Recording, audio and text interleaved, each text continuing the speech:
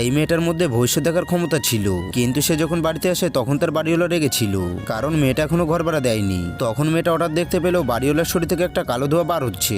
সে সঙ্গে সঙ্গে ভবিষ্যৎবাণী করলো যে বাড়িওয়ালার ছেলে মারাত্মকভাবে অসুস্থ, কিন্তু বাড়িওয়ালা ভাবলো মেয়েটা তার ছেলেকে অভিশাপ দিচ্ছে। সে কিছু বলতেই যাবে, হঠাৎ হাসপাতাল থেকে ফোন আসে। ফোনে জানানো হয় তার ছেলে বিপদে আছে। এরপর তার হাসপাতালে পৌঁছলে মেয়েটা রোগের ব্যাপারে বুঝতে পারে, তাই সে ছেলেটাকে সাহায্য করার সিদ্ধান্ত নেয়। সে তার জাদুর ক্ষমতা দিয়ে একটা মন্ত্র জাল বানায়, যার ফলে কালো কুয়াশা গায়েব হয়ে যায়। আর পরের মুহূর্তে বাড়িওয়ালার ছেলের জ্ঞান ফিরে আসে, যার জন্য বাড়িওয়ালা মেয়েটা 10 বছরের বেড়া মাফ করে দেয়। কিন্তু বন্ধুরা, এরপর কি হয় সেটা দেখার আগে তোমরা যদি তোমার মাকে একটু ভালোবেসে থাকো তাহলে ভিডিওটাতে একটা লাইক দিয়ে চ্যানেলটাকে সাবস্ক্রাইব করে দাও। এদিকে মেয়েটা টাকার অনেক প্রয়োজন ছিল, তাই সে বাড়িওয়ালাকে জিজ্ঞাসা করে কোনো কাজ দিতে পারবে কিনা। বাড়িওয়ালার ছেলে বলল মেয়েটা খুব সুন্দর, সে লাইভ করে টাকা উপার্জন করতে পারবে।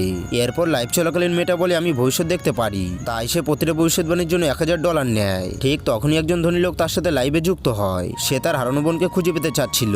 সে বলল যদি মেয়েটার ভবিষ্যৎবাণী সত্যি হয় তাহলে সে তাকে $1000 দেবে। কিন্তু একজন দর্শক বিজ্ঞানকে বিশ্বাস করে, তাই সে মেয়েটাকে ঠকবাজ বলতে শুরু করে। কিন্তু মেয়েটা তার সঙ্গে কোনো তর্ক না করে সরাসরি তার শক্তি দিয়ে ভবিষ্যৎ দেখতে শুরু করলো, যার ফলে তার দেহে একটা ধাক্কা লাগলো। ভবিষ্যৎবাণীতে সে দেখলো সে নিজেই ধনী লোকটার বোন, কিন্তু ধনী লোকটা ভাবলো মেয়েটা টাকা নেবার জন্য মিথ্যে বলছে। পরের মুহূর্তে মেয়েটা তার গলা থেকে একটা লকেট বার করে এবং সেটা দেখতে ধনী লোকটা লকেটের মতোই। এরপর মেয়েটা তার হাতের উপর একটা জন্মচিহ্ন দেখায় আর বলে এই সম্পর্কে শুধুমাত্র তার বাবা মা জানে। এটা দেখে ধনী লোকটা দৌড়ে তার বাবা মার কাছে যায়। এরপর তার বাবা মা যখন জন্মচিহ্ন দেখে তখন তারা নিশ্চিত হয়ে যায় এই মেয়েটা তাদের মেয়ে। আর বন্ধুরা, পার্ট 2 দেখার জন্য কমেন্ট বক্সে বলে যাও।